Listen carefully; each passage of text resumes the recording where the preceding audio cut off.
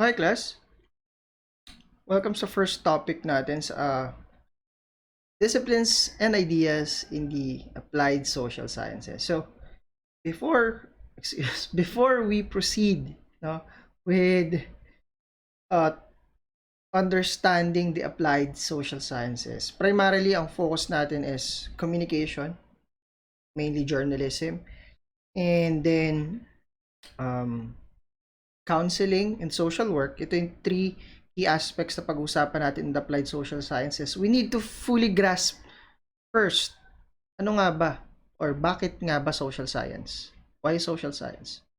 For the past 2 years nyo sa MCL, I think napag-aralan nyo na kung anong social sciences, no? Ano yung purpose nito? Meron pa kayong hiwalay na subject para pag-aralan yung social sciences. But just as a recap lamang, no?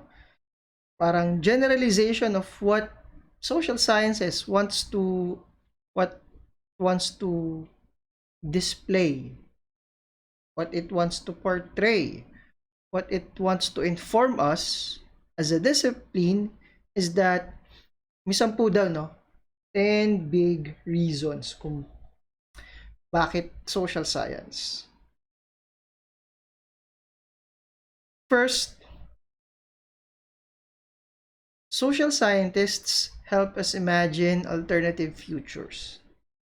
Tinutulungan tayo ng social science or ng mga social scientists per se na bigyan ng endless possibilities based sa kung ano yung nangyayari ngayon, based sa kung ano yung nangyari noong nakaraan, at based din sa mga posibleng sitwasyon na nangyayari sa iba't ibang tao, iba't ibang lugar, iba't ibang bansa, iba't ibang lipunan.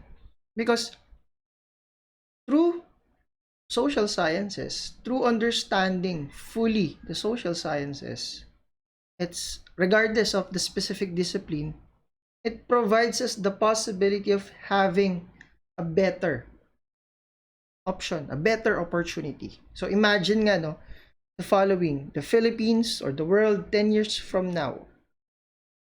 Okay? Using or under the social sciences, under economics, we can say na in 10 years time, pwedeng maunlad ng Pilipinas. Pwede tayong makabawi sa pandemic na nangyari, no? Hindi lang yung Pilipinas, pero buong mundo. Okay? Pwede nating sabihin na through continuous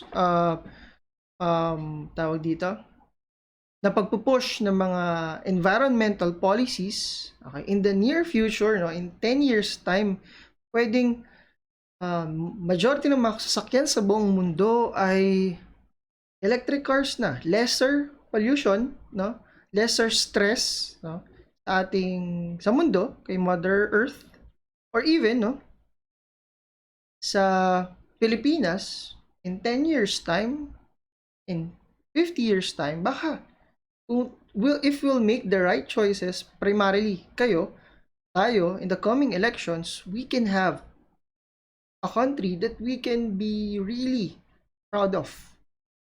Okay? It helps us imagine those alternative futures. Okay? I'm not saying na hindi kaya ng ibang field, pero under the social sciences, ito yung focus. Ano yung pwede natin magawa? Ano yung pwede nating maisip na pwedeng mangyari sa atin? At ano yung repercussions ng mga ginagawa natin ngayon para mabigyan ng katotohanan yung alternative realities or alternative futures na gusto nating mangyari. How does the social science contribute in the progress of mankind? In a way that, it tried to hasten man's technological evolution. Okay? Paano nga ba natulungan ng social science? Paano nga ba pinaliwanag ng social science din kung paano nagkaroon ng progression? Paano tayo nagsimula from dito papunta dito? Okay? Kung tatandaan nyo pa yung SSO1 nyo or even your DISS, sinasabi na it's the changes in the environment, no, prompted man to evolve, to progress, no? That the experiences that man have been undertaking, no, yung mga kahirapan niya, yung mga paghihirap niya, yung mga kakulangan niya, can be served as means, no, for man to progress. And social science tries to explain those things. And using those information from the past to fully grasp what will happen in the future. Similarly, social science can help us make sense of our finances. Okay? Social scientists working on behalf of a Runnymede Trust found that differing cash machines charges doesn't just depend on where we live, but that black and minority ethnic people are more likely to live in areas where they're forced to pay. This put pressure on banks to ensure we all have access to machines that don't charge. Without social analysis, we may feel like pawns in a global game of chess. If ito, in a more practical sense, without the social sciences, we won't know na tayo pala ay pinagkakitaan na lamang ng ibang tao. Okay? Na tayo ginagamit na lamang pala ng ibang tao, na tayo hindi mag-iisip, na hindi natin magagamit ang kaisipan natin, mas maunawaan natin that we are just becoming mere pawns. No? Pinaglalaroan lang tayo para makinabang ang iilan. In a way na mas ma-manage natin yung finances natin. Gaya nga dito sa example na to, no? Na yung palang may mga lugar pala sa Amerika ito na doon sa mga na pinopromote, no? Na yung mga na meron pa ring forms of racism in a way that mas mahal yung bayad sa mga may charge, no? In terms of finances. So sa atin na lang siguro mas madali. If we have the chance to give farmers more voices, no, to teach them more than just what they are doing, and to teach them to have a certain voice, to learn, no, that they have the right, hindi aabot sa punto na tinatapak-tapakan lang ng mga kapwa Pilipino yung mga nasa backbone ng kanyang ekonomiya. Okay, na hindi sila pinagkakaitan ng karapatan na para sa kanila. Look at India right now. Nagkakaroon ng mass protest yung mga magsasaka doon with the incoming changes in the policies na hindi sila yung makikinabang, kundi yung mga ibang mga tao na hindi naman bahagi ng aktual na proseso ng pagsasaka. Diba? Sino bang pinaka nakikinabang sa sakahan? Hindi naman talaga yung magsasaka, kundi yung may-ari ng lupa na hindi pa rin ibinibigay yung kanyang share ng lupa doon sa magsasaka. Take note, lahat ay nakapaloob sa konsepto pa lamang, konteksto pa lamang ng finances, ng perahan, sa kaperahan, di ba? If we know what our value is, no, through understanding the certain qualifications of other companies in relation to what qualifications you have, alam mo kung ano yung value mo. Ano mo yung dapat na makuha mo kung ikaw nagtatrabaho na. Okay? Ganun yung idea. It can help you manage your finances. Kasi alam mo yung position mo sa lipunan. Alam mo yung mga nararapat na para sa'yo. At alam mo din, through analysis dapat, na ito yung nararapat para sa lahat. Imagine, no? Meron pa rin mga lugar sa Pilipinas, hindi naman halos nagbago ito, na Region 5, ang kanilang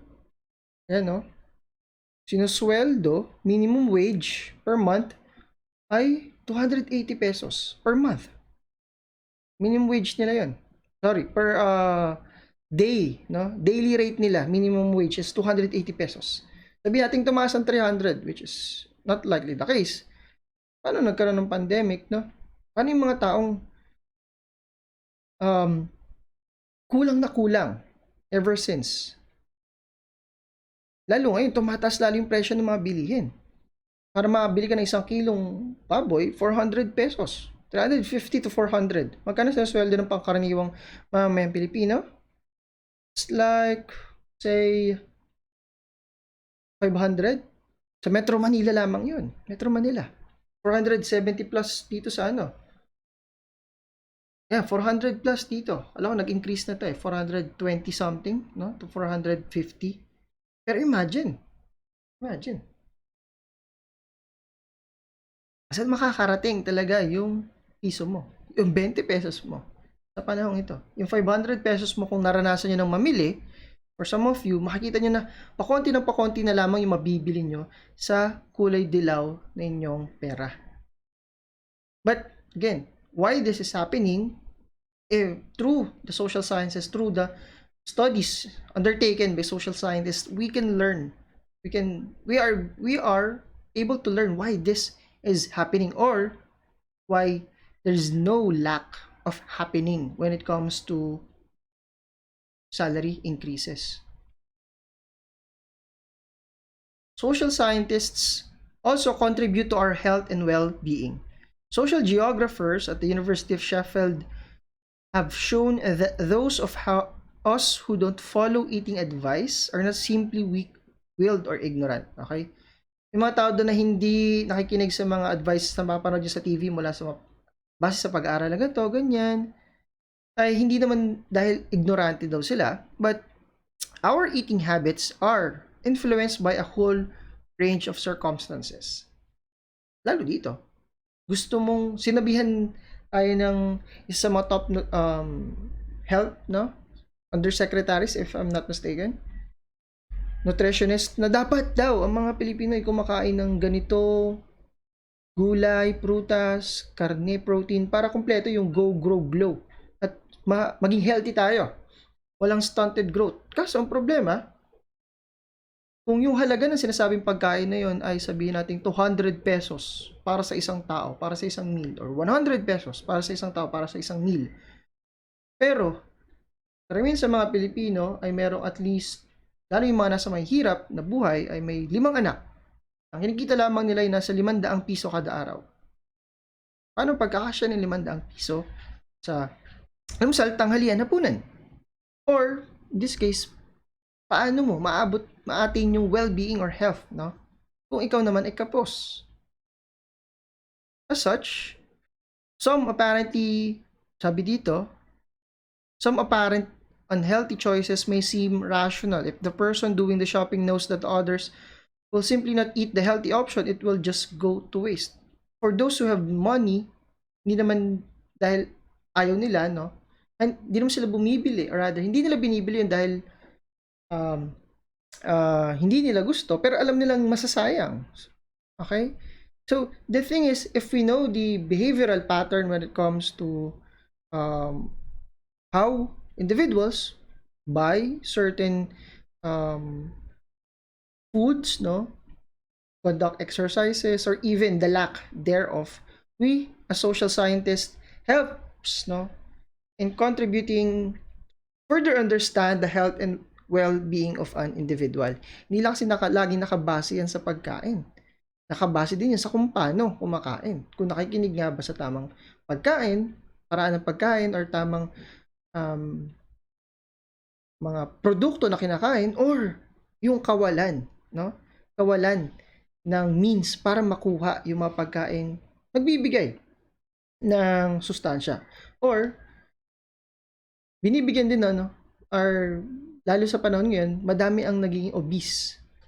Hindi lang sa Pilipinas. Well, hindi ko lang alam ngayon, hindi pa updated, sorry, para sa 2020 na ano, or 2019 rather. But in other countries, no? At nangyayari yun because mas mura pa yung mga fast food compared sa mga mas nutritious na pagkain. Okay? Sa Pilipinas, ganun din, mas mabilis bumili. Lalo kung ikaw ay may trabaho na matino at wala ka ng oras magluto, it's better to just buy something from the convenience store, from the fast food, order ka sa Food Panda, no? So, social scientists try to grasp, no? Try to contribute to the health and well-being by trying to understand the patterns that take place when an individual tries to focus, no, on the health and well-being practices he or she is undertaking. Social science might also save your life in a way that psychologists at the University of Liverpool spent time in a steel factory to work out what needs to be done to create a safer environment. accidents at work happen in the even in the best regulated companies that provide staff training and take all necessary precautions. So the thing is that social scientists find ways to further improve the current situation. Okay? Ano yung mga nararanasan ng mga manggagawa, pwede nilang i-list down yun, alamin yung pinagmumulan, para at ibigay yung findings nun sa mga may-ari ng kumpanya, para malaman, ay, ito pala yung kakulangan. Um, kulang pala sa additional lighting, yung area. Kulang pala sa sa sweldo, para sa well-being na din, no? Yung pala kulang sa benefits, ganyan. Because the thing with social science is the studies being conducted, the results being produced, all contribute in the idea of saving one's life. In organizational psychology, they call that as ergonomics. They always go hand in hand with engineers. Kung ano ba yung kailangan ng mga tao? Ano ba yung gusto ng mga tao? Okay? Ergonomic chair, no? Ergonomic chair is that provide comfort. Why? Base dito sa pag-aaral ng iba't ibang scientist, base sa confirmation ng mga nag-test, no? Mga nag-test nung mga types of chairs, types of positions ng chairs or parts para ma-best define ano nga ba yung ergonomic. Mas best sa comfort ng mga gumagamit. Social science can make your neighborhood safer in a way that sociologists at Nottingham Trent University work closely with the police to reduce crime through a method involving scanning for crime patterns. Okay? The thing is, it's a technique called situational crime prevention developed by the same team, which is now regularly used by the police working with the public and private sectors to prevent crime. Ibig sabihin, sa isang neighborhood daw, dito sa pag-aaral na to, merong commonality lagi, similarities, common pattern when it comes to the crimes being nangyayari sa lugar na yon. And even sa atin siguro, ganyan. May mga areas na ito laging ninanakawan, ito laging nagkakaroon ng sinasaksak, tinatapon, ganyan, katawan. Bakit laging tinatapunan tong lugar na to? Kasi una sa lahat, walang ilaw sa lugar, masukal, walang mga taong dumadaan, wala din naman pala nagpapatrol ng mga barangay tanod or police dun sa area, or yung pala sabihin natin, let's assume, pwedeng malaman natin na nakikipagsabuatan pala yung mga security guard sa isang subdivision, inaalam nila yung schedule ng mga kung kailan umaalis yung mga nakatira sa isang bahay para ito ay manakawan. Those can be crime patterns, okay? And through continuous studies of social scientists, part din yung mga sociologists or even mga criminologists or tawag dito, crime investigators, they go hand in hand to fully grasp, no? Kung ano yung patterns, ano yung mga specific factors that lead to these specific crimes, particular crimes na nangyayari sa lugar na ito. And social science help. The results of their studies can help, no, to, at the very least, gaya nakasulat dito, to make our neighborhood safer. Ano nga ba yung pwedeng i-improve? Ano nga ba yung dapat nating malaman? So, ito yung nagawa nila, increase the effort in terms of increase the effort in terms of facilities, screen exits, yan. Increase the risk, reduce the rewards, reduce provocation, remove excess. Ito yung mga lumabas sa kanilang pag-aaral. Wherein, when it comes to handling, no, the actual cases, reducing provocations, yan. Or even ito, removing excuses, no? Kaya pala may naganap na krimen dito kasi pwedeng mag-park sa area na to na walang tawag dito. Walang nakalagay na no parking sign. Kaya ang daming kung sino-sino tumatambay diyan sa area na yan. Hence, napapadalas yung mga tumatambay yung mga kriminal. Okay? We need social scientists as public intellectuals. Kung bakit, balikan na lang natin yung mga yung mga pinagsasabi ko kanina. It provides an alternative future. It provides better help us in understanding finances. Provide a safer neighborhood. Provide, make us, um, um, contributes to our health and well-being. Pag kinombine mo lahat ng yon, ilagay mo sa isang individual na paglilingkuran yung publiko, yung lahat ng mamamayan ng isang bansa, we are looking at a possible ideal candidate, no?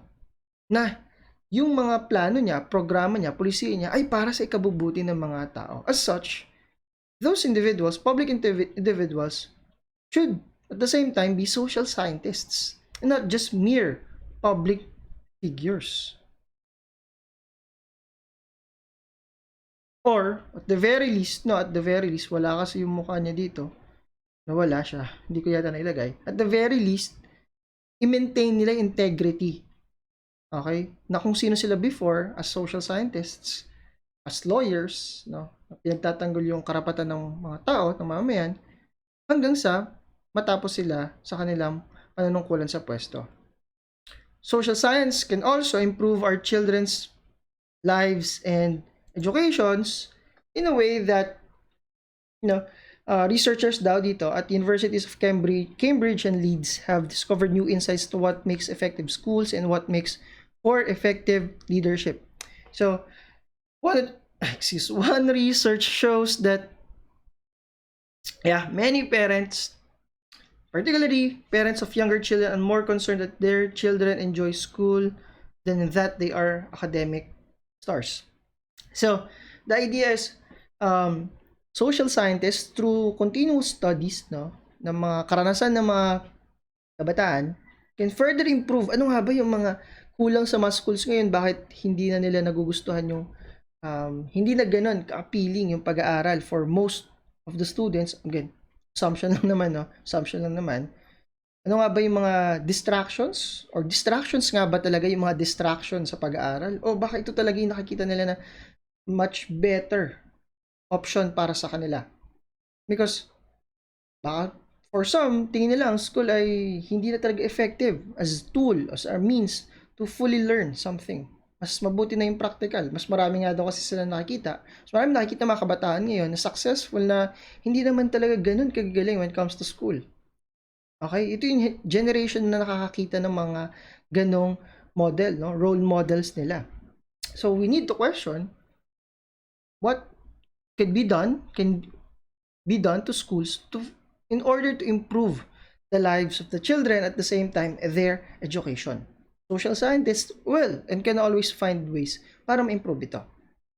Social science can change the world for the better because that's the main goal of the social science. Kaya nagkaroon ito Social scientists thrive in working with the government institutions, UN organizations, social services, funding agencies, and with the media. They are influencing the work of strategists, planners, teachers, program officers in developing and growing economies like India, or even in Vietnam, to influence developments so that it impacts on the lives of the poorest members of the society. Just look at Vietnam na lang siguro. If you have time, hanapin ko din yung pinanood ko na docu about Vietnam. Kung ano nangyari, nasa na sila ngayon. Because they have social scientists then, o nakikinig sila sa sinasabi ng mga social scientists for them to better change the world, or change the world for the better, their country for the better. It can also broaden your horizons in a way that for debates about feminism, peace, ecology, social movements, and much more, social sciences offers each of us new perspectives and new ways of understanding. Whether your idea of relaxation is visiting a museum, watching soap operas, chatting online, or watching Netflix, ganyan, social science encourages a fresh look at our everyday activities and culture. What does it really mean when we embrace this normal idea of relaxation? Pwede nating palawakin pa yung kaalaman or ibang pagtingin sa mga bagay na ginagawa natin. To try to break free from the routine that we are living for the past, 16, 17, 18 years of your lives. Lastly, we need social science to guarantee our democracy. Okay? Pag pinagsama-sama mo lahat ng sinabi kong yan, lahat ng yon ay magbibigay ng garantiya para mapanatili yung ating mga karapatang pantao at ating boses to express ourselves. So generally, the thing with the social sciences, pag ginawa mo na siyang applied social sciences, pag nilagyan mo siya ng word na applied sa unahan, applied social sciences are those academic social disciplines, professions, and occupations which seek to use basic social knowledge, particularly from sociology, economics, and political science, all of which for the purpose of changing the world for the better. Normally, we call these people social scientists, pero in this course, our focus, gaya na banggit ko kanina, is the disciplines of communication, counseling, and social work. Generally speaking, when you talk about the applied social sciences, this field focuses on the application of knowledge or information based on theories, practices, and methods of interdisciplinary fields within the social sciences for that specific purpose of further understanding societal dynamics and provide solutions to practical problems in the society. Hindi sapat na pag-aralan mo lang, dapat yung pinag-aralan mo, merong mabibigay na solusyon sa mga problemang nakita mo. At sana, yung mga solusyon na yun ay magamit. Yung mga nakitang posibleng solusyon ay magamit para aktwal na mawala or mabawasan yung mga problema ng mga tao sa lipunan. Because the thing with the social science comparing to the applied social science is that social sciences focuses on concepts and theories, concepts used to generalize about some aspects of human interaction, guidelines that direct the interpretation and analysis of reality, while theories intend to explain the connections between and among occurrences in human interaction, open to change or total rejection if challenged by the evidence. Yet, the big difference is that while social science focuses on concepts and theories, applied social sciences, tumatalon siya. So, ano yung mga resulta ng teorya? By putting those theories into practice. Okay? Kung nagsisimula sa konsepto, understanding the patterns, trying to make sense of the behavior, the principle, then using those theories, learned principles, validated principles into practice. Puput ko siya into practice. Again, for the purpose of providing solutions to problems. So, different subfields of the social science, all for the purpose of improving the lives, providing practical solutions to every problems sa lipunan. So, for our discussion, we'll focus on differentiating, in your own words, ano yung pagkakaiba ng psychology versus counseling, sociology versus social work, and communication versus applied communication or linguistics, or journalism. Then, this communication versus counseling, counseling versus social work, and social work versus communications. With that, tapos na po ang ating lecture.